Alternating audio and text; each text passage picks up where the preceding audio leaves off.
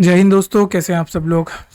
जैसे मैंने आपको लास्ट वीडियो में प्रॉमिस किया था, है ना, ज्योग्राफी की मैंने मोस्ट इम्पॉर्टेंट टॉपिक्स को लेके आया था, वैसे ही मैं इकोनॉमिक्स के भी यहाँ पे मोस्ट इम्पॉर्टेंट टॉपिक या इनको हम हाई यील्डिंग टॉपिक्स भी कह सकते हैं। अब देखिए, जो भी टॉपिक्स मैं यहाँ पे करवाने जा रहा हूँ उनकी प्रोबेबिलिटी एग्ज़ाम में आने की थोड़ी बढ़ जाती है। उसके कारण ये है कि भैया हमने यहाँ पे लास्ट 5 ईयर के जो क्वेश्चन पेपर हैं उनको एनालाइज किया है एंड उनको एनालाइज करके मैंने यहाँ पे फिगर आउट करके निकाले हैं कुछ topic on the basis of their weightage in last examination. जैसे सबसे पहले तो हम इकोनॉमिक्स को डिवाइड करेंगे कुछ सेक्शंस में, है ना, एक एक करके देख लेते हैं। Like macro economic and banking, या फिर ये पूरा का पूरा मैक्रो इकोनॉमिक में आ जाता है, जिसमें पहला पार्ट हो गया बैंकिंग, सेकंड पार्ट हो गया इन्फ्लेशन एंड नेशनल इनकम वाला पार्ट हो गया, फिर आ जाता है आपका पब्लिक फाइनेंस एंड बजटिंग वाला पार्ट, ठीक है। नेक्स्ट आ जाता है आपका economic planning and social issue वाला पार्ट। अगला देखोगे तो यहाँ पर इंटरनेशनल ट्रेड एंड ऑर्गेनाइजेशंस आपको कुछ पढ़नी होती है एंड एक लास्ट पार्ट हो जाता है जो कि हो जाता है macro economics sorry micro economics. अब यहाँ पे एक एक करके आप देख लीजिए कि किसका कितना वेटेज है। बाकी जो इसका डिटेल टॉपिक वाइज ब्रेकडाउन है वो भी मैं अभी थोड़ी देर में आपको करा दूंगा। जब मैं बात करता हूँ बैंकिंग की तो ये लगभग लगभग 40% वेटेज होल्ड करता है, क्योंकि लास्ट के कुछ सालों में आपसे डायरेक्ट सवाल आते हैं। अब सवाल कैसा आता है भैया, CRR क्या होता है, SLR क्या होता है, ठीक है, MSF क्या होता है, पेनल्टी रेट क्या होता है। इस तरह के क्वेश्चंस आपके बहुत बार देखने को मिलते हैं हमें एग्जामिनेशन में। फिर हम देख लेते हैं कि और क्या क्या आता है कि RBI का फंक्शंस आपसे पूछ लिया था कि भैया RBI क्या करती है, या फिर मॉनेटरी पॉलिसी आपकी क्या करती है। तो ये कुछ ऐसे क्वेश्चंस है जो रिपीटेटिवली नेचर में आपके बार बार पूछे जा रहे हैं। तो यहाँ पे बैंकिंग एंड RBI दोनों को आपको पढ़ लेना है, जिसमें RBI के बारे में स्पेशली उसका हिस्टोरिकल बैकग्राउंड भी आप लोगों को यहाँ पर पढ़ना है, ठीक है, जो भी उसकी हिस्ट्री रही है कि भैया वो हिल्टन यंग कमेटी से बनी थी, है ना। थोड़ा सा बता देता हूँ यहाँ पे, हिल्टन यंग कमेटी से बनी थी एंड 1934 के लगभग में इसका RBI एक एक्ट आया था एंड 1935 में ये स्टैब्लिश हो गई थी। इसे बैंक ऑफ ऑल बैंक भी बोलते हैं हम। इस तरह के जो सवाल आते हैं, ठीक है, बैंकर ऑफ ऑल बैंक्स या फिर लेंडर ऑफ लास्ट रिजॉर्ट, इस तरह के सवाल आपको बहुत बार देखने को मिले हैं। लेंडर ऑफ लास्ट रिजॉर्ट, ठीक है, एक second, lender of last resort. तो इस तरह के सवाल बार बार देखने को मिले हैं। नेक्स्ट इंपॉर्टेंट टॉपिक है जो है आपका इन्फ्लेशन। इन्फ्लेशन से भी बार बार क्वेश्चंस आए हैं, क्योंकि इन्फ्लेशन में आप देख लोगे दो इंडेक्स आपको यहाँ पे पढ़ने होते हैं, ठीक है। यहाँ पर जैसे इन्फ्लेशन को नापने के लिए क्या क्या होता है, तो CPI हो जाता है और दूसरा WPI, ठीक है, consumer price index and wholesale price index. इन दो इंडेक्सेस को हम यहाँ पे पढ़ते हैं। उसके बाद आप देखोगे नेशनल इनकम वाला टॉपिक आ जाता है, जहाँ पे सबसे पहला तो सवाल यही आता है कि भैया नेशनल इनकम का फॉर्मूला क्या होता है। तो ये आपको रट लेना है कि भैया नेशनल इनकम क्या होता है, ये आप जाके फाइंड आउट कर लेना। फिर GDP क्या होता है, जब आप GDP देखोगे तो GDP का फॉर्मूला क्या होता है। जैसे एक मैं बताता हूँ, C+G+I+N-X, ये फॉर्मूला किस बारे में बात करता है। GNP क्या होता है, what is the difference between GDP and GNP। अगर मुझे GDP से GNP जाना है तो मुझे क्या ऐड करना पड़ेगा, या मुझे GNP से GDP जाना है तो मुझे क्या ऐड या क्या सब्ट्रैक्ट करना पड़ेगा। फिर आ जाता है NNP, अगर मुझे GNP से NNP जाना है, ठीक है, तो यहाँ पर क्या बचेगा। तो इस तरह के कुछ फॉर्मूलेज है जो बार बार पूछे जा रहे हैं। फिर आ जाता है पब्लिक फाइनेंस वाला सेक्टर, जिसमें बजटिंग को भी मैं इंक्लूड करके चल रहा हूँ।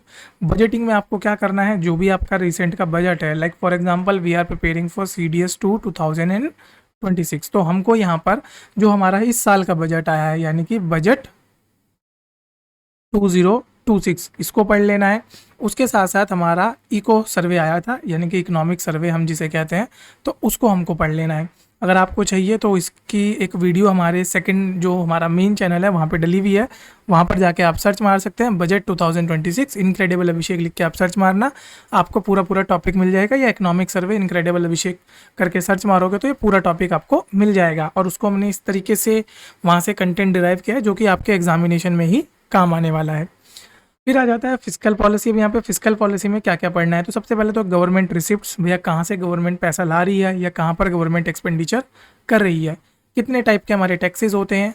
जब आप बजट को पढ़ोगे तो बजट में आपको ये भी समझ आएगा कि भैया कौन से टाइप ऑफ टैक्सेस में सबसे ज़्यादा पैसे आए हैं, कौन से टाइप ऑफ टैक्सेस में सबसे ज़्यादा खर्चा हुआ है। लाइक हमारा जो पूरा का पूरा टेक्स्ट आप बोल सकते हो कॉम्बिनेशन बनता है, उसमें ज़्यादा कहाँ से आया है, ज़्यादा आपका डायरेक्ट टेक्स्ट से आया है या फिर इनडायरेक्ट टेक्स्ट से आया है।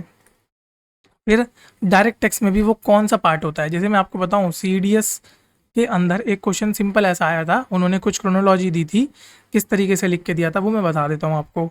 तो यहाँ पर उन्होंने बोला पहला इनकम टैक्स, ये लिखा, ठीक है, फिर लिखा जीएसटी, फिर लिखा सीआईटी, फिर लिखा एक्साइज, ठीक है, एक्साइज लिखा था कि क्या लिखा था, कुछ लिखा था, मतलब इन तीन से सॉल्व हो जा रहा था ये।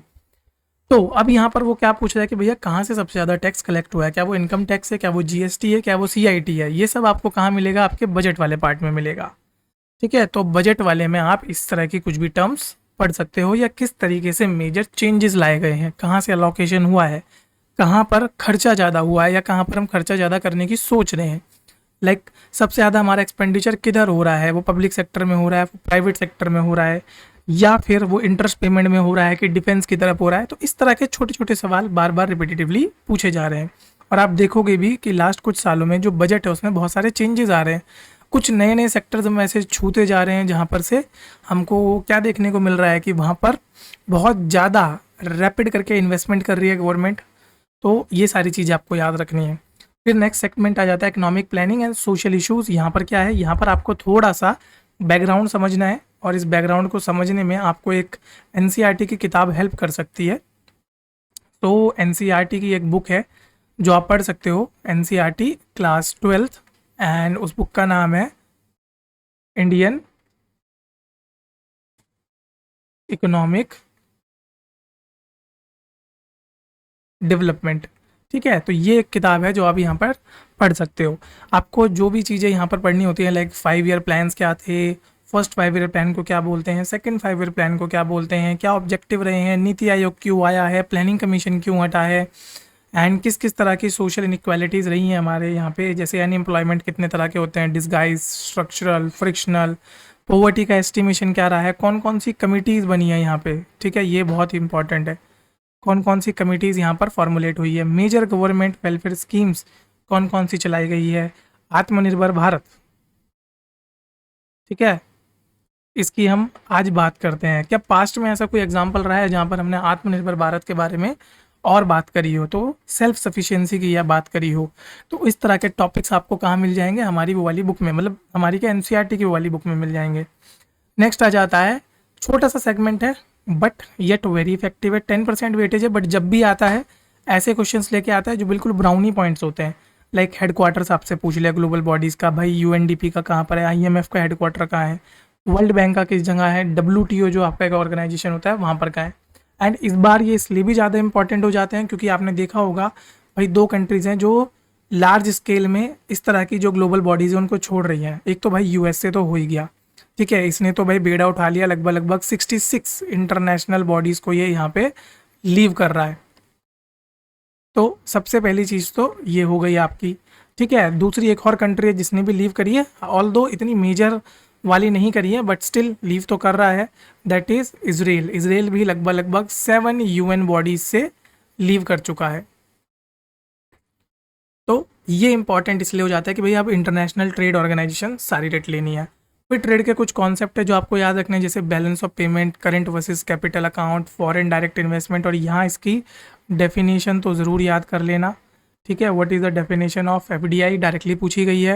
What is the difference between FPI and FDI, क्या बेसिक डिफरेंस होता है एफडीआई एंड एफपीआई में, एक्सचेंज रेट कैसे आपका वर्क करता है, क्या मैकेनिज्म होते हैं, डेप्रिसिएशन, एप्रिसिएशन, और एक चीज़ एक्स्ट्रा बताऊँ, डीवैल्यूएशन ये क्या होता है, या एवैल्यूएशन या रीवैल्यूएशन, ये सब चीज़ें क्या होती है। तो इस तरह के छोटे छोटे टॉपिक्स आपको पढ़ने हैं। फिर आ जाता है लास्ट आपका जो सेगमेंट होता है, that is of micro economic, है ना, इसकी 5% ही वेटेज है। यहाँ से आपको कुछ छोटे छोटे आपको क्या देखने को मिलेंगे, लॉस देखने को मिलेंगे। फॉर एग्जांपल जैसे सबसे बेसिक तो हो गया basic law of demand and supply, type of elasticity या फिर लॉ ऑफ इलास्टिसिटी, जिसमें आपको 2-3 याद रखने हैं। एक तो डिमांड इलास्टिसिटी, फिर आता है प्राइस इलास्टिसिटी। ये दोनों को याद रखना है कि भैया कौन सा प्राइस इलास्टिक होगा, कौन सा डिमांड इन इलास्टिक होगा। तो दोनों कॉन्सेप्ट पढ़ना है, कंप्लीटली इलास्टिक या फिर जिसको हम परफेक्ट इलास्टिक बोलते हैं या फिर जिसको इन इलास्टिक बोलते हैं। और इसमें कंपैरिजन दो ही का किया जाता है, एक तो डिमांड का एंड दूसरा प्राइस का, कि डिमांड के हिसाब से प्राइस चेंज हुआ कि नहीं हुआ, एंड उसी बेसिस पे आपके कुछ डिफरेंट टाइप ऑफ गुड्स बन जाते हैं। चलो आपसे एक एग्जांपल पूछ लेता हूँ, ऐसा कौन सा गुड्स है जिसका प्राइस कितना भी चेंज हो जाए लेकिन उसकी डिमांड कभी कम नहीं होगी, ठीक है। और ऐसा कौन सा गुड्स है जिसमें हल्का भी प्राइस चेंज हो उसकी डिमांड में एक्सपोनेंशियल डिक्रीज हो जाता है या एक्सपोनेंशियल इंक्रीज हो जाता है। फिर आ जाता है type of market structure, monopoly, oligopoly, perfect competition. And अगर आपको ये समझना है monopoly, oligopoly and perfect competition, इसके लिए मैंने डिटेल्ड वीडियो हमारे इसी चैनल एस डिफेंस के यूट्यूब चैनल पे मैंने डाल रखी है, ठीक है। तो आप उसको जाके फॉलो कर सकते हो या उस वीडियो को एक बार देख लो, 30 मिनट की वीडियो है। लेकिन इस बात की गारंटी मैं दे सकता हूँ कि जितना क्रिस्टल क्लियर आपको ये मोनोपोली, ओलिगोपोली, परफेक्ट कंपटीशन इससे हो जाएगा, उससे ज़्यादा डिटेल में आपको कहीं नहीं मिल सकता, क्योंकि मैंने अपना पूरा एक्सपीरियंस झोंका है उसमें और ट्राई ऐसा किया कि आपको इस तरीके से समझाया जाए कि बिल्कुल बेसिक से बच्चों को समझा जाए। अगर कोई ऐसा बच्चा भी है जिसको इकोनॉमिक्स नहीं आती, वो भी उसको समझ जाएगा, क्योंकि टू बी ऑनेस्ट मैं खुद इकोनॉमिक कभी बैकग्राउंड से रहा नहीं हूँ, मैं साइंस बैकग्राउंड का बंदा हूँ। मेरे लिए इकोनॉमिक्स खुद एक महाभारत थी, बट इस तरीके से मैंने इसको पढ़ा है या अपने टाइम पे इस तरीके से सीखा है ना। वो कहते हैं ना, आवश्यकता ही आविष्कार की जननी होती है। तो मेरे लिए तो बहुत ज़रूरी था कि मैं इकोनॉमिक्स पढूं, तो मैंने उसमें कुछ ऐसे पॉइंट्स जनरेट करे या इस तरीके से उसको पढ़ने की कोशिश करी कि मुझे लंबे समय तक रिटेन हो पाए। एंड आज के टाइम पे मैं उसी चीज़ों को बच्चों को सिखाने की कोशिश करता हूँ कि कैसे आप भी उसे यूज़ कर सकते हैं, ठीक है। अगर थोड़ा डिटेल वाइज देखना है तो डिटेल वाइज ये रहा, मैक्रो इकोनॉमिक और बैंकिंग में से आप देख सकते हो मॉनेटरी पॉलिसी टूल्स या functions and structure of RBI पूछेगा। मॉनेटरी पॉलिसी के tool repo rate, reverse repo, CRR, SLR, OMO, ये वाले टॉपिक सबसे ज़्यादा यूपीएससी पूछता है। फिर अगर मैं बैंकिंग के हिसाब से बोलूँ तो कमर्शियल बैंकिंग, ठीक है, या एनपीए के बारे में। अभी हाल फिलहाल में आप देख रहे हो कि एनपीए बहुत ज़्यादा होता जा रहा है, ठीक है। तो इसी से रिलेटेड हमने एक और चीज़ बनाई जिसे हम बोलते हैं बैड बैंक्स। तो ये बैड बैंक्स क्या होते हैं, इनको भी बार बार पूछा जाता है। नेक्स्ट आता है आपका इन्फ्लेशन, ठीक है। टाइप ऑफ इन्फ्लेशन कौन कौन से है, like creeping, galloping, hyper inflation, stagflation, है ना। स्टैगफ्लेशन तो ज़रूरी पढ़ लेना कि होता क्या है, क्योंकि इसके बारे में क्वेश्चन बार बार आया है। Causes of inflation, demand pull है कि कॉस्ट पुश है, एंड कौन कौन से इंडाइसेज हैं जो हम यूज़ कर सकते हैं, CPI and WPI. Similarly national income, GDP, GNP, NDP, NNP eight factor cost and market price. ये जरूर पढ़ लेना, what is the difference between factor cost and market price. For example अगर मैं जीडीपी एट फैक्टर कॉस्ट ले लेता हूँ और मुझे कहाँ जाना है, जीडीपी एट मार्केट प्राइस जाना है, तो क्या चीज़ मुझे यहाँ पे प्लस करनी पड़ेगी और क्या चीज़ माइनस करनी पड़ेगी। This is the whole combination जो आपको याद रखना है। फिर आता है difference between real GDP and nominal GDP, है ना। एंड एक और कॉन्सेप्ट आता है यहाँ पे जीडीपी डिफ्लेटर। जो जो टॉपिक्स बताते जा रहा हूँ उनको अच्छे से पढ़ते जाना, लिस्ट बना लो इनकी, जो जो मैंने यहाँ पर लिख दिए हैं उन सबको अच्छे से याद कर लो। फिर आता है आपका पब्लिक फाइनेंस एंड बजटिंग, यहाँ पर लगभग आपको 25% क्वेश्चन मिलेंगे। एंड गवर्नमेंट बजटिंग की जब आप बात करोगे तो किन चीज़ों का आपको ध्यान रखना है भाई, रेवेन्यू रिसिप्ट, कैपिटल रिसिप्ट, कौन सा ज़्यादा है कौन सा कम है, रेवेन्यू एक्सपेंडिचर, कैपिटल एक्सपेंडिचर। इस पूरे चैप्टर में आपको ट्रेंड्स याद करने हैं, ठीक है, लेटेस्ट ईयर के ट्रेंड। पिछले साल में पूरे फाइनेंशियल ब्रेकडाउन को आपको पढ़ना है कि किस तरीके से रेवेन्यू एक्सपेंडिचर बढ़ा है कि कैपिटल एक्सपेंडिचर बढ़ रहा है, पैसा कहाँ इन्वेस्ट हो रहा है, बस ये आपको याद रखना है। ये नहीं कि क्या होता है, डेफिनेशन तो करनी है, लेकिन उससे एक स्टेप आगे जाके हमको ट्रेंड्स भी याद करने हैं, ठीक है। और जो भी नई स्कीम्स आई हैं, जो भी हाईलाइट्स होंगी आपके यूनियन बजट की, उसको भी अच्छे से याद कर लेना है। फिर आ जाता हूँ मैं टैक्सेशन की तरफ। तो यहाँ पे डायरेक्ट टैक्स, इनडायरेक्ट टैक्स, जिसमें डायरेक्ट वाले में आप इनकम टैक्स या कॉर्पोरेट टैक्स पढ़ोगे, इनडायरेक्ट वाले में आप जीएसटी, कस्टम ड्यूटी, इन सब के बारे में पढ़ोगे। जैसे आप लोग देखोगे कि लास्ट ईयर हमने टैक्स स्लैब्स को भी चेंज किया है, तो उसके बारे में डायरेक्ट क्वेश्चन आया था, तो वैसे वो चीज़ें याद रखनी है। जीएसटी काउंसिल का कोई नया फैसला आता है वो आपको याद रखना है। टैक्सेशन सिस्टम हमारा किस तरीके से है, प्रोग्रेसिव है, रिग्रेसिव है कि प्रोपोर्शनल है। प्रोग्रेसिव मतलब जितना ज़्यादा आपकी इनकम होगी उतना ज़्यादा टैक्स लगेगा, रिग्रेसिव मतलब जितना ज़्यादा आपकी इनकम होगी उतना कम टैक्स लगेगा। एंड प्रोपोर्शनल कि भैया एक certain proportion of your income पे टैक्स लगेगा। अगर आप 12 लाख से 20 लाख के बीच में कमा रहे हो तो इतना परसेंट, अगर आप 12 लाख से और 8 लाख के बीच में कमा रहे हो तो इतना परसेंट, अगर आप 8 लाख और 4 लाख के बीच में कमा रहे हो तो इतना परसेंट। इसे बोलते हैं हम proportional taxation. And physical management की जब बात आती है तो फिर हम फिजिकल डेफिसिट देखते हैं, हम रेवेन्यू डेफिसिट देखते हैं, हम प्राइमरी डेफिसिट देखते हैं। तीनों के बीच का फ़र्क याद रखना। And one of the most important thing, physical deficit की डेफिनेशन विद फॉर्मूला, क्योंकि सबसे ज़्यादा फिजिकल डेफिसिट का फॉर्मूला पूछा गया है लास्ट कुछ सालों में कि फिजिकल डेफिसिट का फॉर्मूला क्या होता है। एंड उसको अलग अलग तरीके से मोल्ड करके पूछा जाता है, अलग अलग कॉन्टेक्स्ट में पूछा जाता है, तो दैट इज़ वेरी इंपॉर्टेंट।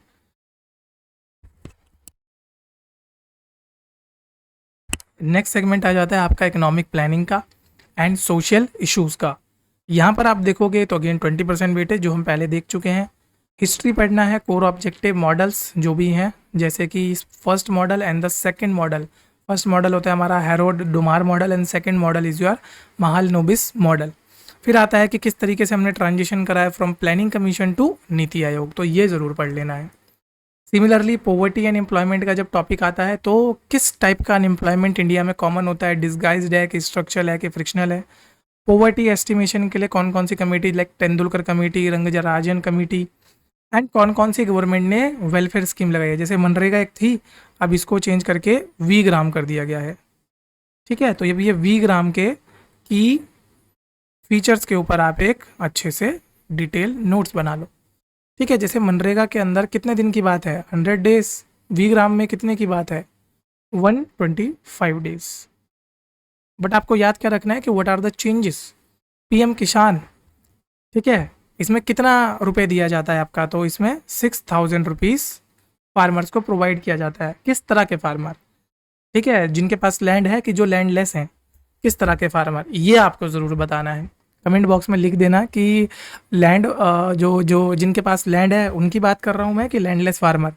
ठीक है, एंड ये सारी चीज़ें तो मैंने बता ही दी, तो इसको एक बार अच्छे से देख लो। माइक्रो इकोनॉमिक्स में अगेन दोबारा बता रहा हूँ, डीप माइक्रो इकोनॉमिक्स एनालिसिस मत करना।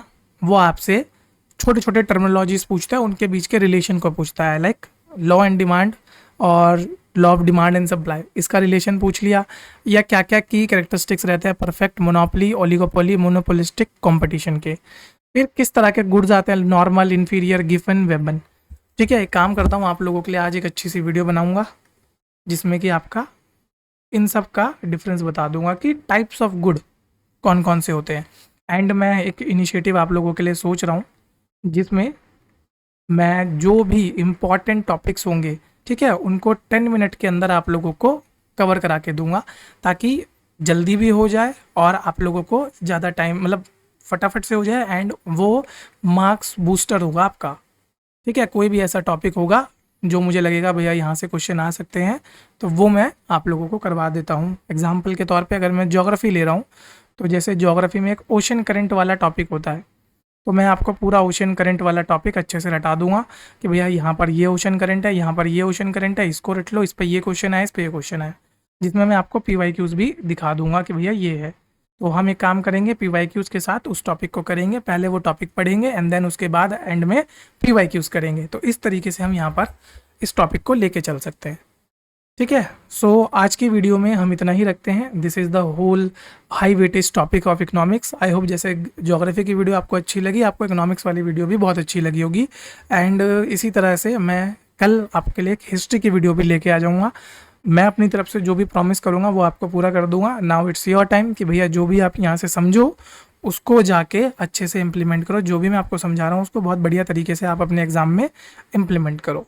ठीक है, तो चलो मिलता हूँ आपसे नेक्स्ट वीडियो में, तब तक के लिए धन्यवाद।